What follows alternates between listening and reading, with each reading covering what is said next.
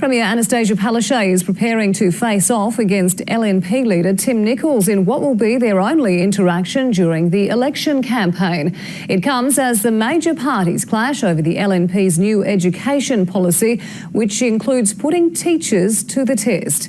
Tegan George reports. The LNP wants to prove it's listening to Queenslanders, today pledging free hearing tests for all state prep students. Help me hearing. Under its education policy, new teachers would also be made to sit a literacy and numeracy test, explaining how they would advise students to fix incorrect answers for future exams.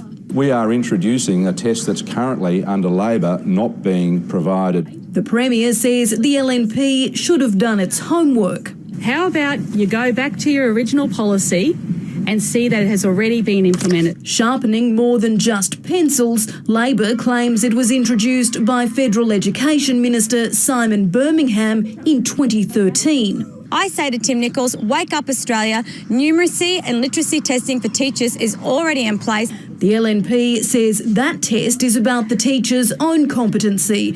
Its exam is one that demonstrates that they can teach language, literacy and numeracy. The Premier's focus was on a different kind of skills and training, today pledging $90 million to redevelop 6 TAFE campuses across the state. And would you recommend the course to other people? Yeah, definitely. Excellent. A system Labor claims will be gutted by Tim Nicholls. Sell off our campuses, sack the staff and privatise our TAFE system. So would the LNP sell off TAFE and privatise? No.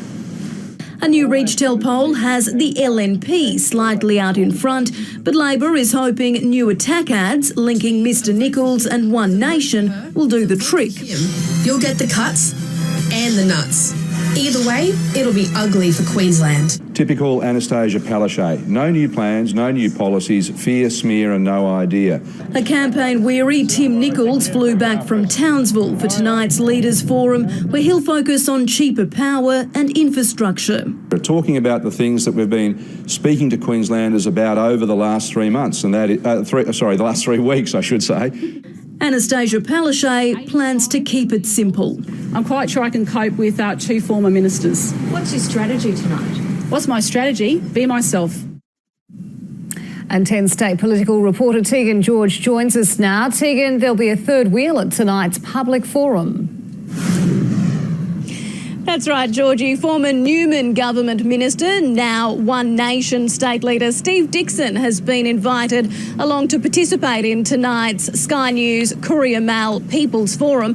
That, of course, has raised some questions, though, about why other leaders haven't been invited too, from, say, the Greens or Katter's Australian Party. We have to remember, though, this isn't an official debate. It is a People's Forum designed for leaders, or at least some leaders, to appeal to 100 undecided voters. And of course, tonight does carry a lot of weight. During the last election campaign, we didn't know it at the time, but this forum marked the beginning of the end for Campbell Newman when he made the sensational claim that bikies were funding Labor's election campaign. Now, given that we've heard some pretty outrageous comments from One Nation over the past 3 weeks, I can pretty much guarantee there'll be some jaw droppers here tonight. But I dare say, Georgie, that's what the major parties are counting on.